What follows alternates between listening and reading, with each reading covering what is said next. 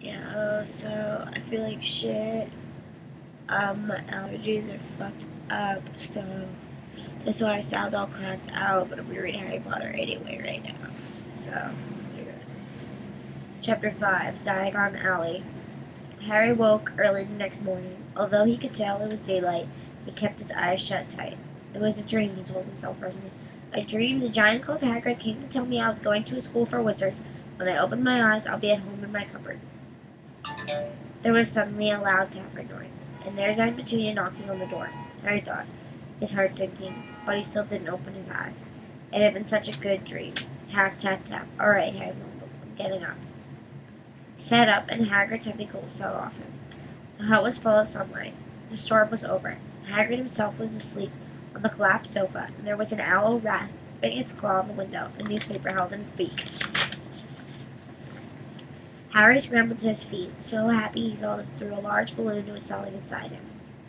He went straight to the window and jerked it open. The owl swooped in and dropped the newspaper on top of Hagrid, who didn't wake up. The owl then fluttered onto the floor and began to attack Hagrid's coat. Don't do that. Harry tried to wave the owl out of the way, but it snapped on its beak fiercely at him and carried on to savaging the coat. Hagrid, said Harry loud. There's an owl. Pay him. Hagrid got to the sofa. Pay him. He wants paying for delivering the paper. Look in the pockets. Hagrid's coat seemed to be made of nothing but pockets. Bunches of keys, slug pellets, balls of string, peppermint humbugs, tea bags. Finally, Harry pulled out a handful of strange-looking coins. Give him 5 nuts, said Hagrid sleepily. Nuts? The little bronze ones. Harry counted out 5 little bronze coins. The owl held out his leg so Harry could put the money into a small leather pouch tied to it. Then he flew off through the open window. Hagrid yawned loudly, sat up, and stretched. Let's be off, Harry. Lots to do today. Gotta get up to London and buy all your stuff for school. Harry was turning over the wizard coins and looking at them. He had just thought of something that made him feel as though the happy balloon inside him had got a function. Hagrid, said Hagrid, who was pulling out his huge boots. I haven't got any money. I heard Uncle Vernon last night. He won't pay for me to go and learn magic. Don't worry about that, said Hagrid, standing up and scratching his head. Do you think your parents didn't leave you anything? But if their house was destroyed, they didn't keep their gold in their house, boy. Nah, first stop for us is Gringotts, Wizard's Bay. Have a sausage. They're not bad cold, and I wouldn't say no to a bit of that birthday cake either. Wizards have banks? Just the one. Gringotts, owned by goblins. Harry dropped the bit of sausage he was holding. Goblins? Yeah, so you'd be mad to try and rob it, I'll tell you that. Never mess with goblins, Harry. Gringotts is the safest place in the world for anything you want to keep safe. Except maybe Hogwarts. As a matter of fact, I gotta visit Gringotts anyway. For Dumbledore. Hogwarts business. Hagrid drew himself up proudly. He usually gets me up to doing important stuff for him. Testing you, getting things from Gringotts. Knows he can trust me, see? Got everything? Come on, then. Harry followed Hagrid out into the rock. The sky was quite clear now, and the sea gleamed in the sunlight. The boat Uncle Vernon had hired was still there, with a lot of water in the bottom after the storm. How did you get here? Harry asked, looking around for another boat. Flew, said Hagrid. Flew? Yeah, but we'll get back to this. Not supposed to use magic now that I've got you. They settled down in the boat. Harry still staring at Hagrid, trying to imagine flying. Seems a shame to row, though. Giving Harry another one of his sideways look. If I were to speed things up a bit, would you mind not mentioning anything into Hogwarts? Of course not, said Harry, eager to see more magic. Hagrid pulled out the pink umbrella again, tapped it twice on the side of the boat, and they sped off towards land. Why would you be mad to rob Gringotts? Harry asked.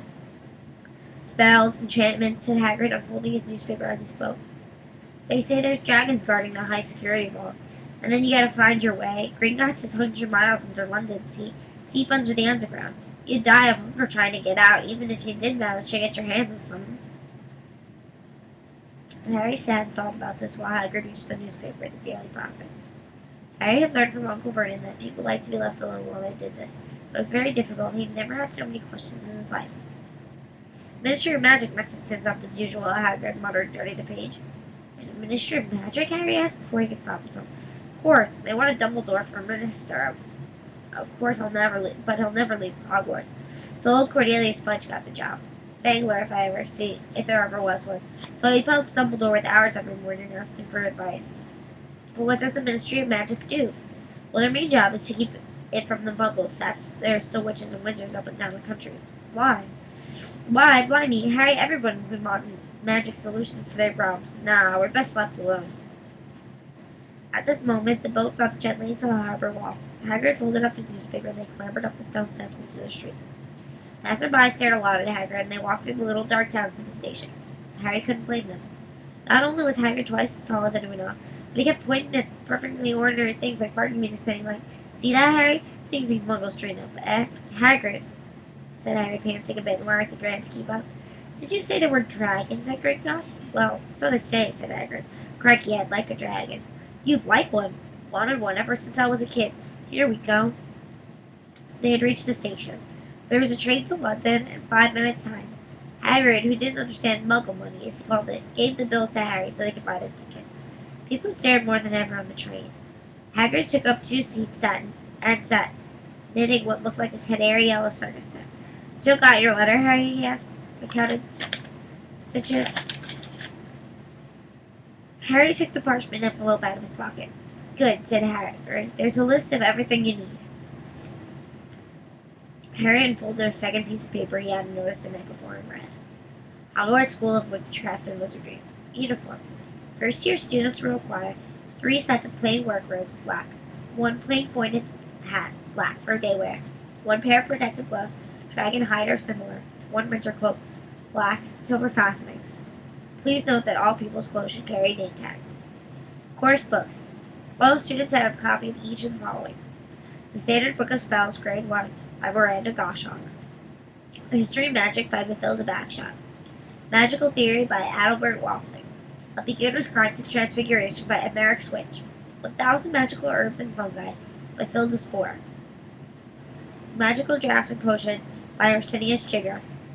Fantastic Beasts and Where to Find Them by Newt Scamander. The Dark Forces, A Guard Side to Self-Protection by Quentin Trimble. Other equipment.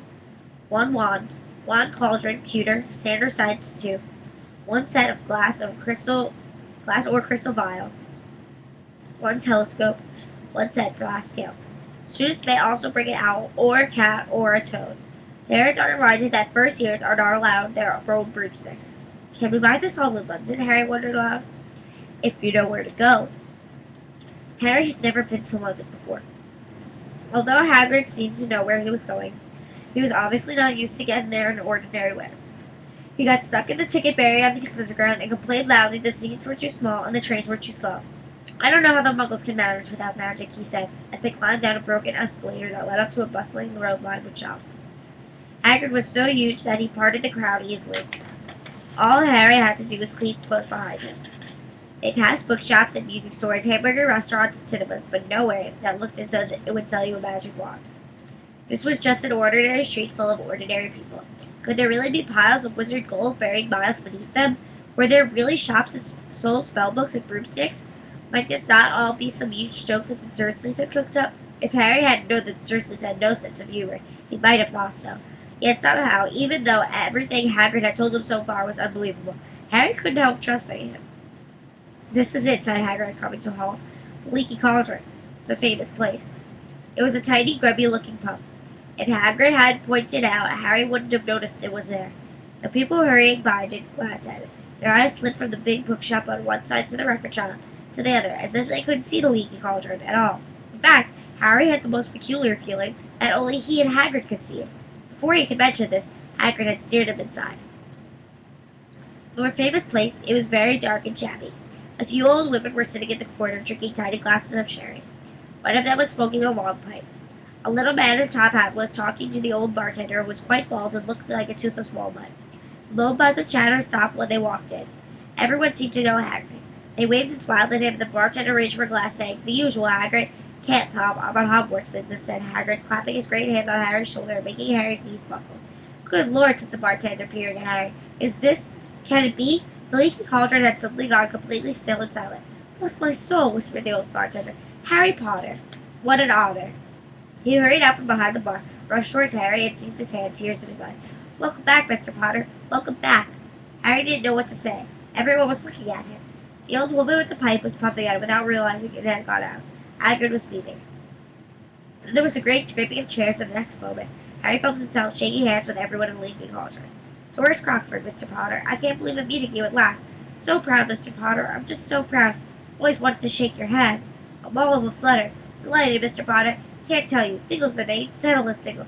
I've seen you before, said Harry as Daedalus Diggle's top hat fell off his head. You bounced me once in a shop. He remembers, cried Daedalus Diggle, looking around. Did you hear that? He remembers me. Harry shook hands again and again. George Crockford kept coming back for more. The pale young man made his way forward very nervously. One of them was twitching. Professor Quirrell, said Hagrid. Harry, Professor Quirrell will be one of your teachers at Hogwarts. Potter, stammered Professor Quirrell, grasping Harry's hand. Can't tell you how pleased I am to meet you. What sort of magic do you teach, Professor Quirrell? To the defense against the dark arts, wondered Professor Quirrell, as though he'd rather not think about it. Not that you needed it, Potter, he laughed nervously. You'll be getting all your equipment, I suppose. I've got to pick up a new book on vampires myself. He looked terrified at the very thought. But the others wouldn't let Professor Quirrell keep Harry to himself. It almost took him 10 minutes to get away from them all. At least Hagrid managed to make himself heard over the bar. Let's get on. Let's demand. Come on, Harry. Doris Crockford shook Harry's hand one last time, and Hagrid led them through the bar and out to a small worn courtyard where there was nothing but a trash can and a few